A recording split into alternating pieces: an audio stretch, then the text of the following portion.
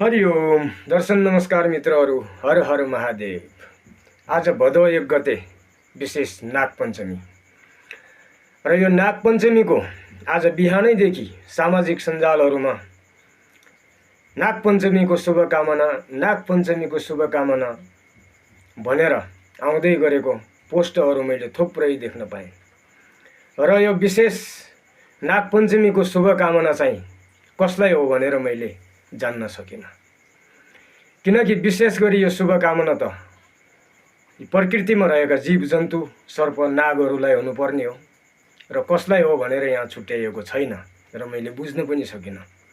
किनकि आउने दिन अरू दिनहरूमा र आउने दिनहरूमा पनि र गइरहेका दिनहरूमा त कुनै यस प्रकृतिमा रहेका जीवजन्तुहरू सर्प नागहरूलाई त हामी लखेट्ने, मार्ने, तिनलाई पीडा दिने गर्छौँ भनेपछि आज विशेष नागपञ्चमीको दिनमा मात्रै कुनै मूर्ति केरेर कुनै मन्दिरमा गएर नागको मूर्तिहरूमा दुध चढाउने अनि नाग भनेर हामी पूजा गर्ने किन गर्छौँ त भनेपछि मेरो विचारमा यस प्रकृतिमा रहेका सम्पूर्ण जीवजन्तुहरू सर्प नागहरूलाई हामी दया र प्रेम जगाएर तिनलाई संरक्षण सुरक्षा दिने गरौँ।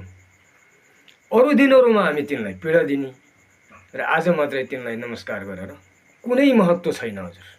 त्यसै कारणले दया र प्रेम ही पूजा हो भन्ने म ठान्दछु।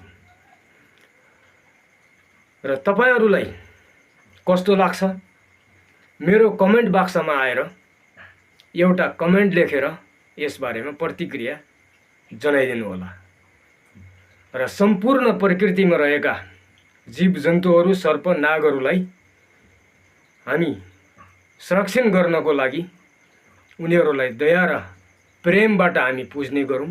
तिनलाई पीडा नदिउँ, तिनलाई यातना नदिउँ, तिनलाई नलखेटौँ, हामी तिनीहरूलाई माया गरौँ। तिनलाई पनि हामीदेखि डर लाग्छ भने तिनलाई देखेर हामीलाई डर लाग्छ भने हामीलाई देखेर तिनीहरूलाई पनि डर लाग्छ। त्यसै कारणले तिनीहरू हामीबाट बस्न दिउँ, तिनीहरूदेखि हामी बचौँ।